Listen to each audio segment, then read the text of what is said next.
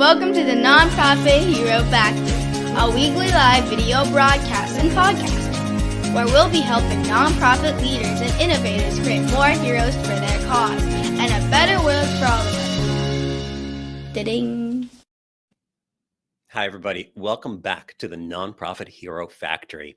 Today, we're going to be focusing on the subject of data, but specifically how to utilize it or perhaps start collecting it properly, and then turning it into insights so that you can predict donor behavior and maximize it to, well, as we like to do every week on this show, create more heroes for your cause. I wonder if that's become a drinking game yet. Every time I say create more heroes for your cause, somebody takes a drink. That would make for a fun nonprofit party. Today's guest is Regina Alhassan, who is the founder and CEO of ResearchPRO, a leading prospect development consulting firm. Regina is an award-winning TEDx speaker with total dollars identified in the billions, that's with a B. And Regina's work has fueled major gift campaigns for organizations across the country, including The Ohio State University, I Am Boundless, Mid-Ohio Food Collective, Communities in Schools, and Children's Literacy Initiative. Her 20 years of prospect research and management includes wealth analysis, software development, end user training, leadership coaching, knowledge management, moves management, systems management, donor relations, and development operations. Currently, she is the secretary for the Central Ohio chapter of the Association of Fundraising Professionals, and Regina is also an artist, writer, and philanthropist. She describes her superpower as finding qualified prospects for multi-million-dollar fundraising campaigns, something that I'm sure we would all like to be better at ourselves. So with that, let's bring Regina onto the show. Hi, Regina. Hello. Welcome, welcome. Thank you so much for joining me today. Thank you. Thank you for the opportunity. It is absolutely my pleasure to try to extract as much knowledge from you today as we can in the time we have together, because that's what I love to do. Before we get into that, though, I read your impressive bio, and I'd love to just hear from you, though. Tell our audience, why are you who you are? What's your story? Why are you doing this? Why are you the Research Pro? Yes. So I, like many other fundraisers, I fell into fundraising on accident. Fresh out of college, my first job as a program assistant in the development office at Ohio State. And so just kind of a light bulb moment really revealed like, oh, this is how people change the world. This is why there are names on the buildings on campus. This is how I can change the world, make an impact, etc., and so move the needle on social justice, all the things. And so it was just sort of a field that felt right. Major gift fundraising was a career that just was the right fit for me, most especially within prospect development. So really digging into the science of fundraising.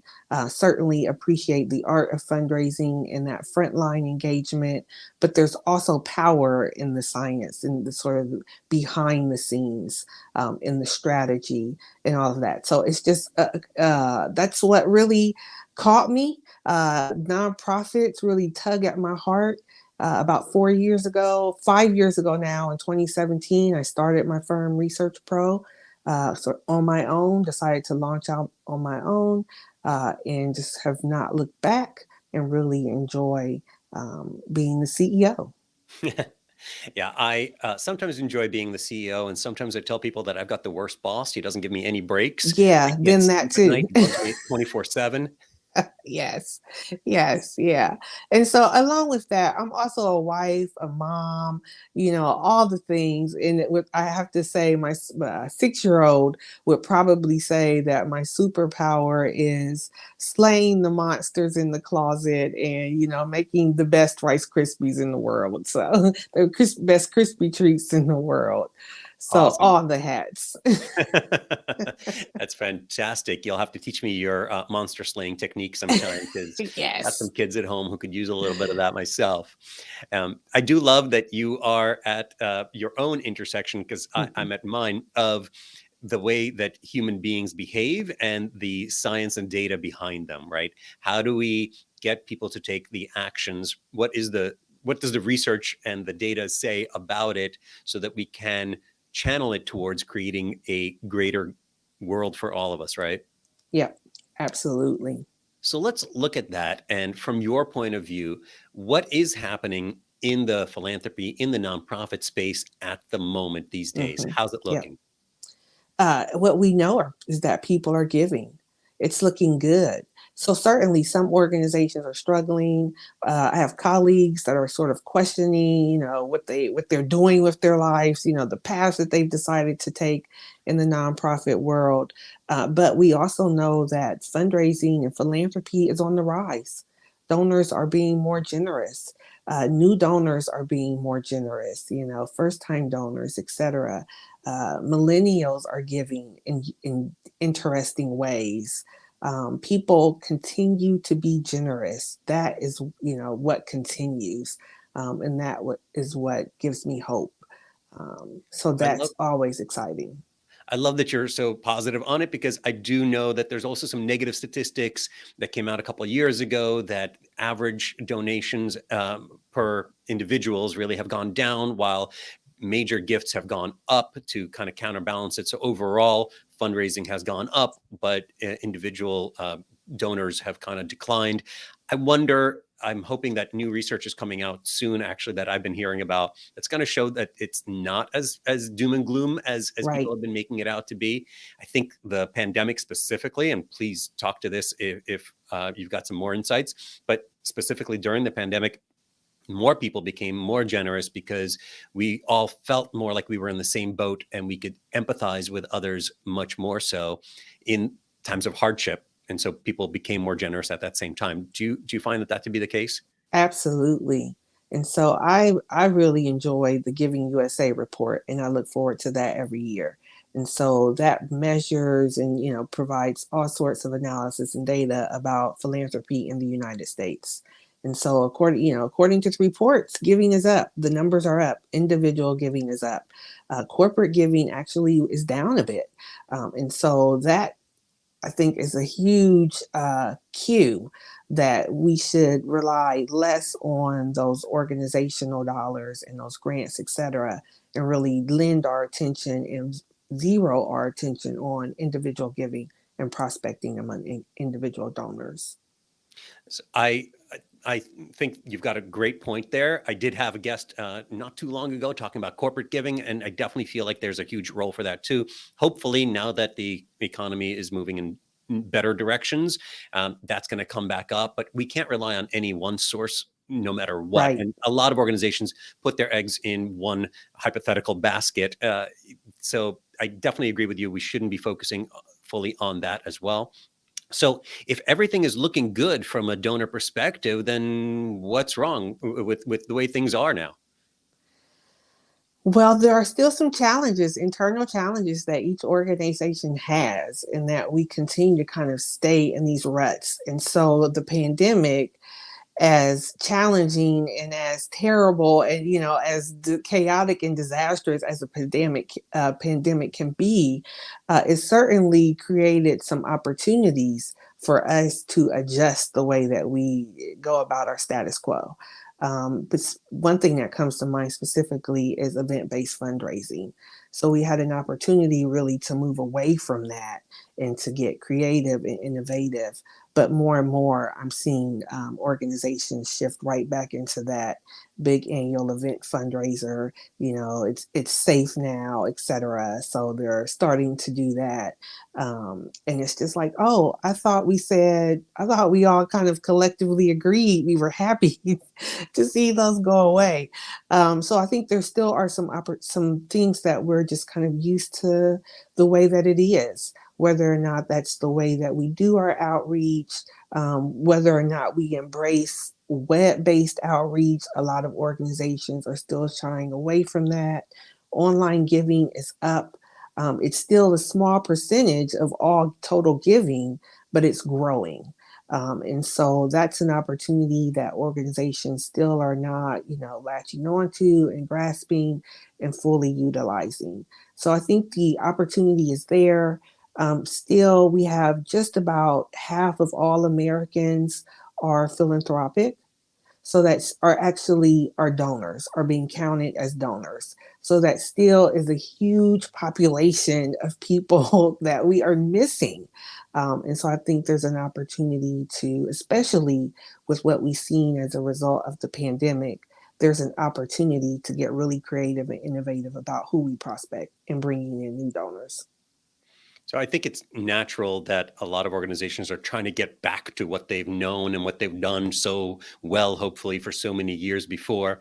I do agree that the world has shifted and there's no full going back, and it might be a mistake to try to go fully back. So what then should we be doing instead? And honestly, where does data come into this? Don't we Yeah. just keep trying new things and hopefully raising more money? What should we be doing? Yeah, so all the things that we try, we should be tracking somewhere in a database. All the people that we engage, all the names, all the contact information, whether or not they're donors, they're fans, they're members, they're advocates, they're students, they're clients, no matter what their constituency is, we should have that name and that data and be collecting it. We should be tracking the way that we engage with them, the touch points, etc., all of that so that we can then do some predictive analysis and determine where do we have the most reach, where do we have the most impact, who's engaging the most, and then we can maximize our effort and our strategy in those directions. Okay, those are some great, exciting words. I want to challenge you to really let's break them down for our Yeah. folks. When you say predictive analysis, Hmm. I wouldn't be surprised if, like me, some folks out there thought, oh, AI. Is that what you're advocating for? Are you talking we should start using artificial intelligence tools to figure out what donors are going to do in the future? So, to be candid, most organizations are not ready for AI, big AI. Most of us are still using, many organizations are using Excel or just one step up from Excel, very rudimentary CRMs and databases for our donor databases. So, the idea of using big data or AI and adopting that is not realistic. What is more realistic is that we can take a look at past donor behavior, past donor giving history, etc., and use that to predict how our donors may behave going forward. So, a great example is a local arts organization I've been working with. And so, one of their board members had a fundraiser or a birthday fundraiser on Facebook. And so they generated a lot of new interest, new engagement. I think they got up to over $3,000. They kept surpassing the goal. And so, just for fun, he kept upping the goal and they kept surpassing it. And so, then there's an opportunity. Let's capture that data. Let's not just like, oh, that was fun, that was cute. Let's capture that donor information, even if it is just Facebook profiles, and let's begin to build from there. Let's reach out to them. If we don't have their email or address, you have their profile handles. So let's reach out to them some way and begin to build that data. So we know we have demonstrated proof for next year. We're going to repeat this birthday fundraiser. And in fact, let's experiment and see what happens when another board member has a birthday fundraiser. There's demonstrated evidence that it works. So let's try it again. So that's the type of predictive analytics that many of us are in a position to do and to implement. What has already happened? What have we already had success with? Let's repeat that. Or what was a challenge? What didn't quite work the way that we had hoped? Let's not do that again. Or how can we adjust that and then get to the success we were hoping for? So those are the type of predictive analysis analytics that all of us can begin to engage in, no matter what state our data is in, no matter what it's in. So I'm glad you said that because I do think AI is incredibly powerful and helpful. But AI relies on large data sets to even work in the first place. And if you don't have sufficient data, then you might be coming up with false conclusions. A lot of times that is a problem. And even when all kinds of research is being done. That's a common Mhm. issue that's seen. So essentially, you're saying, let's look at past performance as an indicator or predictor of future results, even though they might turn out different from year to year, from attempt to attempt. But Yep. let's track that data. Let's see what worked, what didn't work, and then let's iterate on that. Am I getting Yes. that right? Yes. And you have to start somewhere. So many organizations are afraid of starting because they don't have all of this aggregate information, because they don't have 10 years worth of information. You must begin. It's like that saying, begin to begin. You have to start somewhere. And I encourage organizations to take that brave step, be brave, and just begin. Start with what you have. Even if what you have is pretty scrappy, start there and recognize the holes that you need to fill, recognize the gaps that you need to address. So what are some of the common gaps? Because a lot of organizations do have a CRM that they're using. It might be one of the big mainstream ones, or Hmm. it might be an Excel spreadsheet, Yep. which, if that's the best you've got at the moment, then that's a great starting point. What are some of the holes that you're seeing they're not actually filling? Relationships, first off. It continues to be, it surprises me. Like that's been an issue throughout my entire career. I see organizations struggle with that. So mapping relationships within your database, whether or not it's spouse relationships, children's, familial relationships, company relationships, who works at the same company, what are their positions, etc. And these sound basic, but so many organizations really are challenged by that. So that's that's one huge gap that I see. Along with that, all of this relates to data integrity. So that's sort of the umbrella gap, data integrity. But under that, tributes, honor, memorial gifts, the way that we track that information, um, and then kind of another sort of offshoot to data integrity are the protocols. So because we don't have consistent protocols, because the way that we enter data, the way that we track information and manage information changes so easily based on who's actually doing the job, the data integrity and the protocols get lost. And then the data, it's hard to make the insights as meaningful as they could be. Right. If your data is not compiled consistently, then you can't analyze it across different time periods or just the same time period, but two different people entered it. So you wind up having something different. So are you advocating then, and I think this might be a good solution, with a process doc that clearly states out the step-by-step Absolutely. how to enter data? Is that the answer to that? Yes. Yep. A process doc that is easily accessible and that everyone has access to, is part of onboarding for new staff, that no matter what the role is, and it's just something that you use. You can have a process doc, but if it's just in a shared file somewhere, it's not meaningful. Yeah, and I like that you're saying, have every new person on staff to go through it. I think even if they're not necessarily the people who are going to be entering that data, for them to at least understand the type of data that you're trying to collect, and then the way that you're looking at your supporters is Yeah. going to be helpful to everybody. Yes. So then I want to Absolutely. take it back to the thing that you said just before that, which is these relationships, mapping relationships.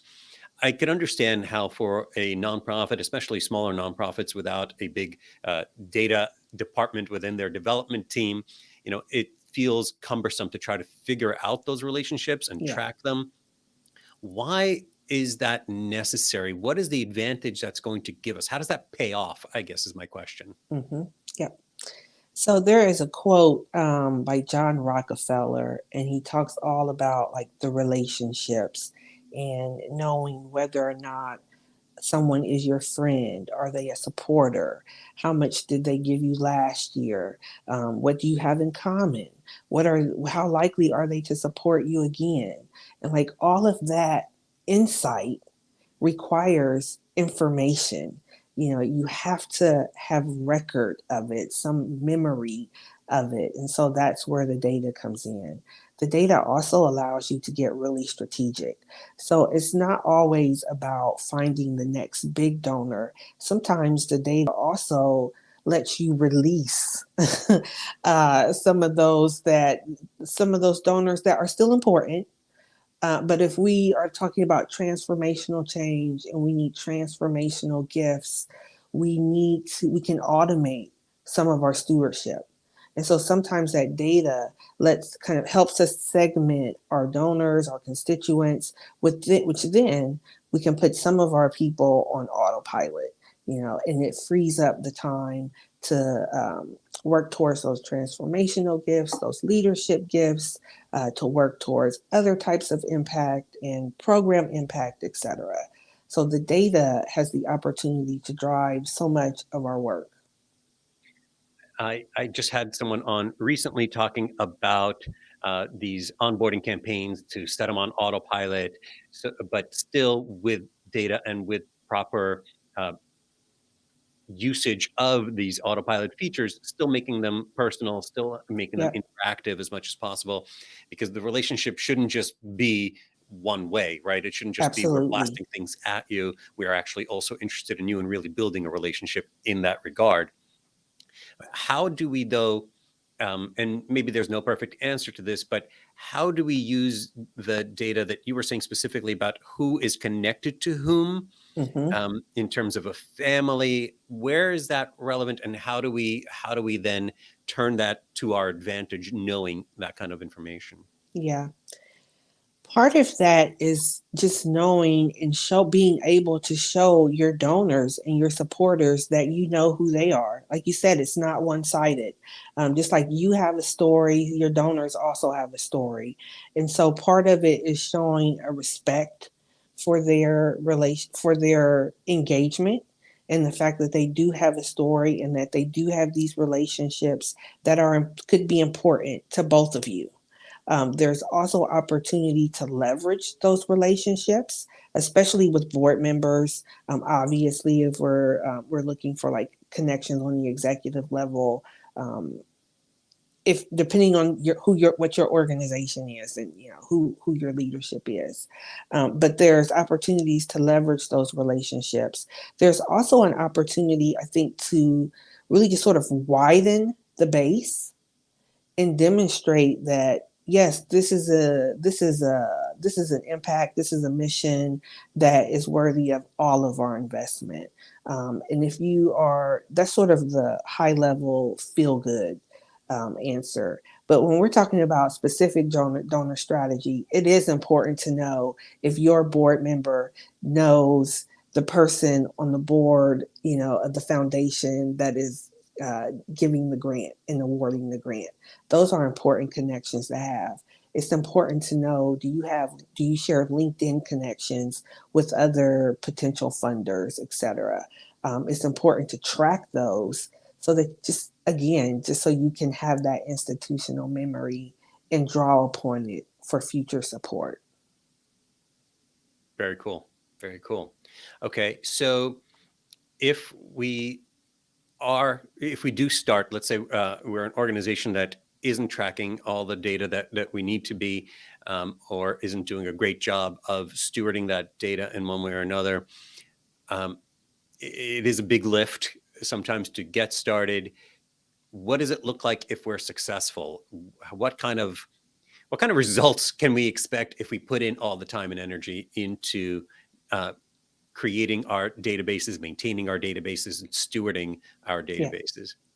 Happy donors, happy staff, staff that has direction, and staff that is not working above capacity.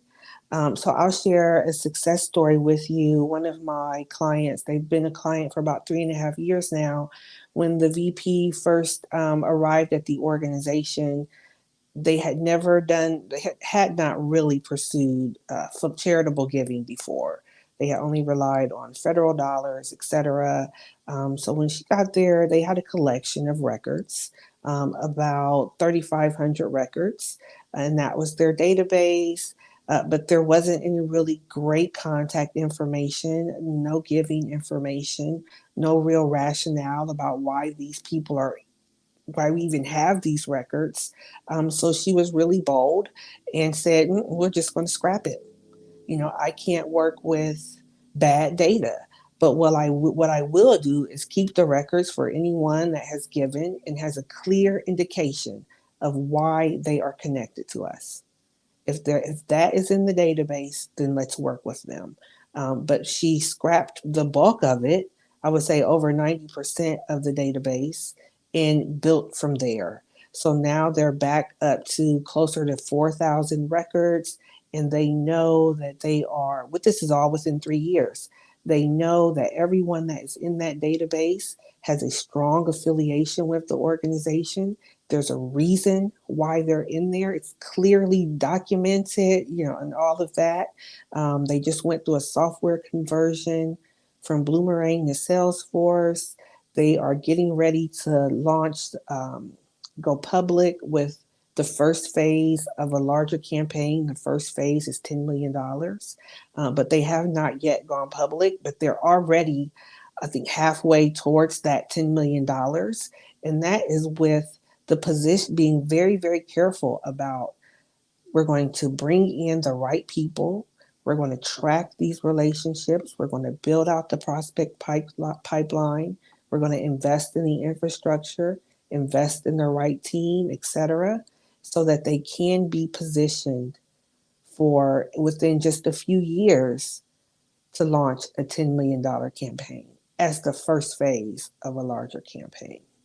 So that's what good data can do for you. That's what good strategy, good planning, good development, good fundraising can do for you.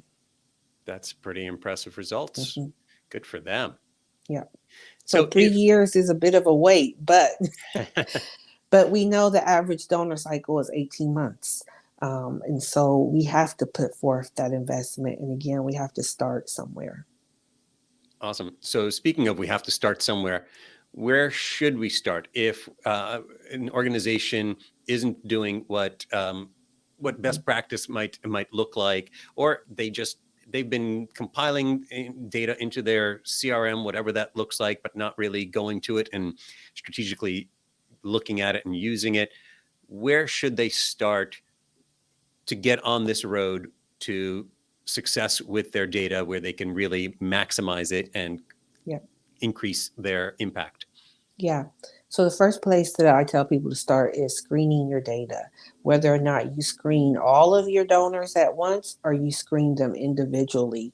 And by screening, what I mean is to find out what is their capacity.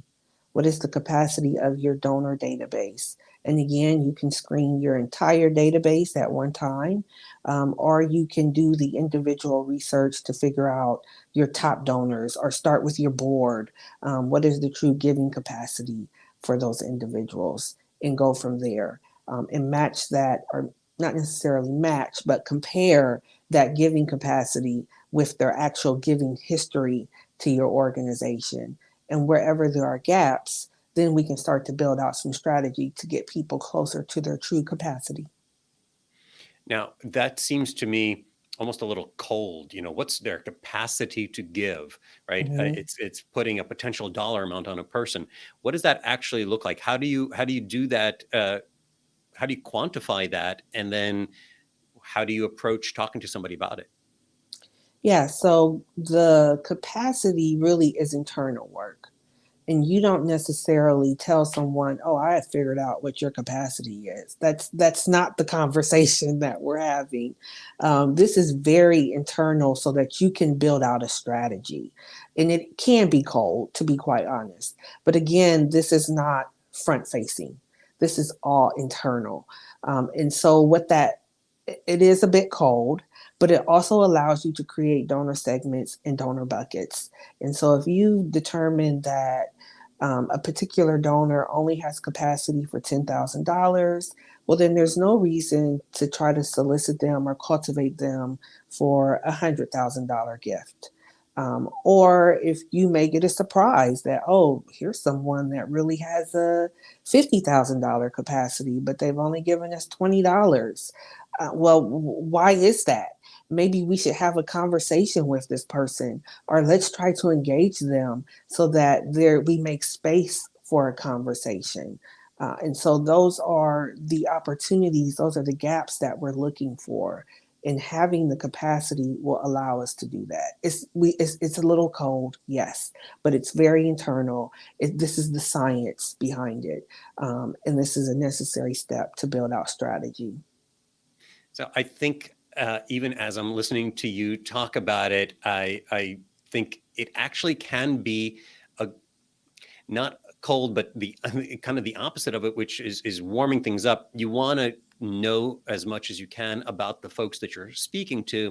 Now, ideally, you learn as much as you can directly from them. But if you have third-party sources, of course, it's still valid and valuable information. We have, and I'm sure you know, this concept of the donor size problem, where you're not going to ask just anybody to put their name on a building, for example, just to go to the extreme of it, and to be the base of your capital campaign. But if you don't know who those folks are that you can approach, then you might just be throwing it out at everybody and turning people off. Unfortunately, we lost connection with Regina just as we were trying to wrap up the episode there and ask her for some resources, but I was able to get them from her. We were just talking about screening your donors and being able to identify whom you can approach for different types of campaigns. You don't want to approach folks with a very limited budget and ask them for a whole lot of money. It'll be actually insensitive. And at the same time, you want to ask the people who are capable of giving you more to give more, because you want them to know, I should say, that you understand them and their ability and their capacity. And it's not necessarily cold to then say, hey, I know you care about these things, and I believe that you could really take us much further. And we've got opportunities specifically for someone like yourself. So I had asked Regina what resources she recommends, and specifically for screening, Regina recommended the iWave free screening tool. So I'm going to link to this in the show notes, where you could go to iWave and screen up to 200 of your donor records to really see what their capacity is and extract whatever data you can. It's a easy and cheap way, because for free you could do this, to get some information about some of your folks. Dip your toe into these waters if you haven't been already doing this. The other resource that she recommended was actually The Philanthropy Revolution by Lisa Greer, who we have had on the show. I'm going to link to that podcast episode as well. I love Lisa and the way that she talks about herself being a philanthropist and how we need to change the way that we talk to people, including deeper pocketed philanthropists like herself, to treat them more as human beings and develop these relationships rather than as just cold data points or sources of money like ATMs, which I think is a very important mission that she's on there. And you can follow Regina and get to know her more by following her at the ResearchPRO. And she does offer an intro call for nonprofits who are looking for donors, whether they're high-end donors or just ways to maximize your current database. And I will link to her Calendly, where you can just go ahead and book a slot with her as well in the show notes. Thank you, everybody, for joining us. Thank you, Regina, for being on the show today and talking about all these important things in terms of using your donor data, really developing relationships based on data as a whole.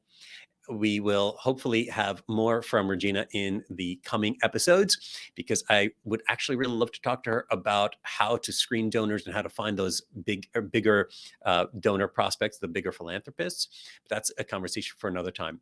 If you've enjoyed this episode, please do share it with your friends. Please do leave us a review on iTunes, on Spotify, on YouTube, or wherever you find this content, so that you could help us help more people create more heroes for their cause. Thank you, everybody. We'll see you next week. Thank you all for watching and listening to the Nonprofit Hero Factory. We hope this episode has given you some ideas and strategies for creating more heroes for your cause and a better world for all of us. Please be sure to subscribe to this show on YouTube, Facebook, iTunes, Spotify, or your favorite podcast platform. And let us know what you think by leaving a review.